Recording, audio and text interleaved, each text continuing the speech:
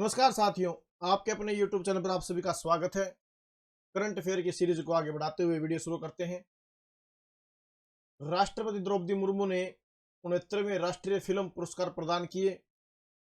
राष्ट्रपति द्रौपदी मुर्मू ने नई दिल्ली में 69वें राष्ट्रीय फिल्म पुरस्कार प्रदान किए।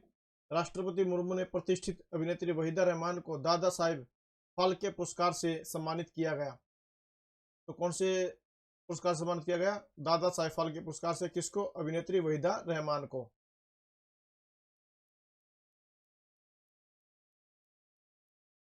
प्रधानमंत्री ने 23,000 करोड़ रुपए की समुद्री परियोजनाओं की शुरुआत की। प्रधानमंत्री ने भारतीय नीली समुद्री अर्थव्यवस्था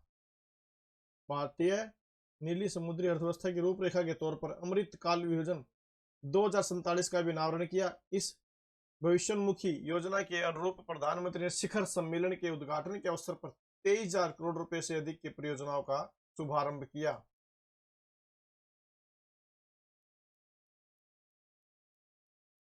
प्रधानमंत्री ने गगनयान मिशन की प्रगति की समीक्षा की। वैज्ञानिकों से 2035 तक भारतीय अंतरिक्ष स्टेशन बनाने और 2040 तक चंद्रमा पर अंतरिक्ष यात्रियों को भेजने का लक्ष्य रखने का आह्वान किया।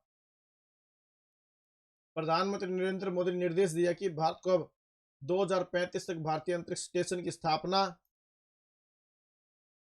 और 2040 तक चंद्रमा पर पहले भारतीय को भेजने सहित नए और महत्वाकांक्षी लक्ष्य रखने चाहिए।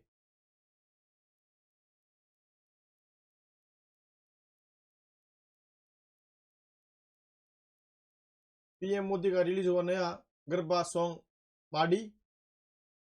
नवरात्रि के पहले दिन प्रधानमंत्री नरेंद्र मोदी के लिखे गए गरबा सॉन्ग माडी को रिलीज कर दिया गया। पीएम नरेंद्र मोदी के सोशल मीडिया प्लेटफॉर्म पर इस गाने को शेयर किया गया। इस गाने को दिव्य कुमार ने अपनी आवाज दी है, वही मीत ब्रदर्स ने इस गाने को कंपोज किया है। यह गाना गुजराती भाषा में है। इस भाषा में, गुजराती भाषा में। माडी दूसरा गाना जिसे पीएम मोदी ने इस साल नवरात्रि के लिए लिखा है। हाल ही में उन्होंने खुलासा किया कि गारबो नाम से एक और गाना उन्होंने लिखा है।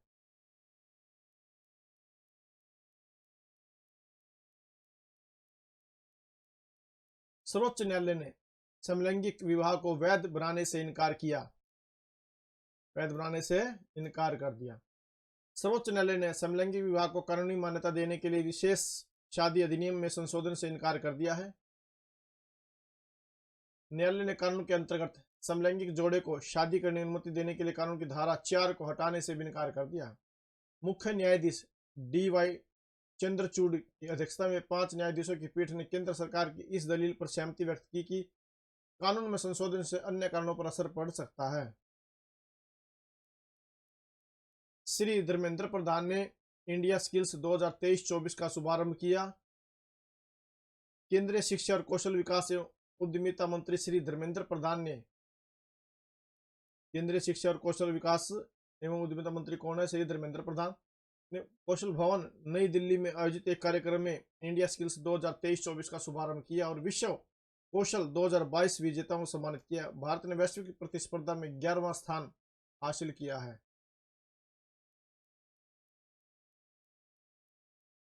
विदेश मंत्री डॉक्टर एस जयशंकर ने वियतनाम के हो चिन में शहर में की महात्मा गांधी की प्रतिमा का अनावरण। विदेश मंत्री डॉक्टर एस जयशंकर ने कहा कि महात्मा गांधी संघर्ष और हिंसा से घिरी की दुनिया में कूटनीति के एक प्रेरणा स्रोत है। उन्होंने कहा कि सत्य, अहिंसा और लोगों की स्वाधीनता के प्रति महात्मा गांधी के योगदान को संयुक्त राष्ट्र ने उनके जन्म दिवस को अंतर्राष्ट्रीय अहिंसा दिवस के रूप में मनाने की घोषणा करके स्वीकृति दी है। वियतनाम के हो चिन मिन शहर में महात्मा गांधी प्रतिमा का अनावरण समारोह में डॉक्टर जयशंकर ने कहा कि उनके विचार मानवीय गरिमा, सामाजिक मूल्यों, आध्यात्मिकता, पर्यावरण संधारणीयता, स्वच्छता और बहुत से क्षेत्रों के लिए बहुत ही सशक्त प्रेरणा है। इस वर्ष वन हेल्थ के लिए आयुर्वेद की थीम पर आयोजित होगा आयुर्वेद दिवस। इस वर्ष आयुर्वेद दिवस दुनिया भर के लगभग 100 देशों में अंतर्राष्ट्रीय स्तर पर मनाया जाएगा। कितने देशों में? 100 देशों। वन हेल्थ के लिए आयुर्वेद की थीम पर आयुर्वेद दिवस का मनाया जाना एक वैश्विक कार्यक्रम होगा और इसे सफल बनाने के लिए आयुष मंत्रालय को देश के सभी मंत्रालयों का सहयोग मिलेगा। आयुष मंत्रालय ने 11 नवंबर 2023 को धन्वंतरी जयंती के अवसर पर मनाए जाने वाले आयुर्वेद दिवस के सफल आयोजन के लिए आज विभिन्न मंत्रालयों की एक बैठक बुलाई। महिला और बालिकाओं की सलामती सुरक्षा सुनिश्चित करने के लिए 1023 फास्ट ट्रैक विशेष अदालतें स्थापित की जाएगी। कौन सी अदालतें? 1023 फास्ट ट्रैक। न्याय विभाग महिला और बालिकाओं की सलामती और सुरक्षा सुनिश्चित करते हुए दुष्कर्म और पॉक्सो अधिनियम से संबंधित मामलों की त्वरित सुनवाई के लिए देश भर में 379 विशेष पॉक्सो अदालतों सहित 1023 फास्ट ट्रैक विशेष अदालतें स्थापित करने के लिए केंद्र प्रायोजित योजना लागू कर रहा है। कौन सी कोर्ट? 1023 fast track. आरबीआई ने यूनियन बैंक पर 1 करोड़ का जुर्माना लगाया। Reserve bank of India RBI ने निर्देशों का अनुपालन नहीं करने के लिए सार्वजनिक क्षेत्र के union bank of India, RBL bank और बजाज फाइनेंस लिमिटेड पर जुर्माना लगाया। आरबीआई ने यूनियन बैंक ऑफ इंडिया पर 1 करोड़ रुपए की पेनल्टी लगाई है।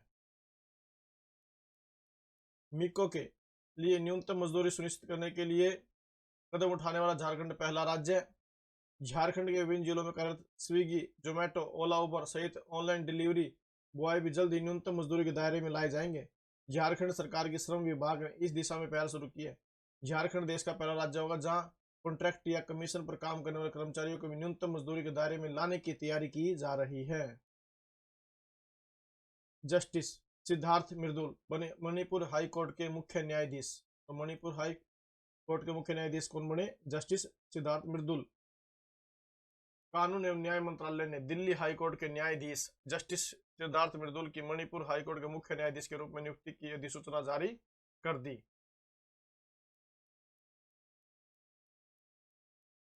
विश्व स्पाइन दिवस 2023 प्रत्येक वर्ष 16 अक्टूबर को विश्व स्पाइन दिवस WSD रीढ़ के स्वास्थ्य के विषय में जागरूकता बढ़ाता है। वर्ल्ड वाइड केन दिवस 15 अक्टूबर को विश्व स्तर पर मनाया जाता है, जिसका उद्देश्य दिव्यांग व्यक्तियों, विशेष रूप से दृष्टिबाधित लोगों के लिए पहुंच और समावेशन को बढ़ावा देना। इसे व्हाइट केन सेफ्टी डे के रूप में भी जाना जाता है। इस दिन को पहली बार वर्ष 1964 में संयुक्त राज्य अमेरिका में राष्ट्रपति लिंडन बी जॉनसन द्वारा मान्यता दी गई थी। दृष्टिबाधित व्यक्तियों के लिए व्हाइट केन एक नेविगेशन या पहचान सहायता है। यह उनके लिए एक शक्ति का प्रतीक है जो स्वतंत्रता, गतिशीलता और आत्मविश्वास का प्रतिनिधित्व करता है।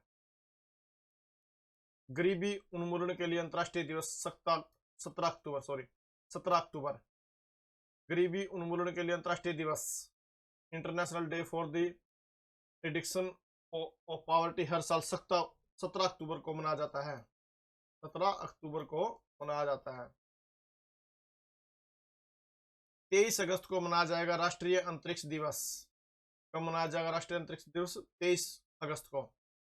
केंद्र सरकार ने 23 अगस्त को राष्ट्रीय अंतरिक्ष दिवस के रूप में मनाने की घोषणा की है। यह फैसला चंद्रमा के दक्षिणी ध्रुव पर विक्रम लैंडर की लैंडिंग और प्रज्ञान रोवर की तैनाती के साथ चंद्रयान 3 मिशन की सफलता का जश्न मनाने के लिए की गई है। तो ये आज के कुछ महत्वपूर्ण क्वेश्चन थे, इनको आपने नोट करना है, आपने इनको याद करना। अगर आपको वीडियो अच्छी लगी तो प्लीज आप वीडियो को लाइक करें और अधिक से अधिक शेयर करें और चैनल को सब्सक्राइब जरूर करें। Thank you very much.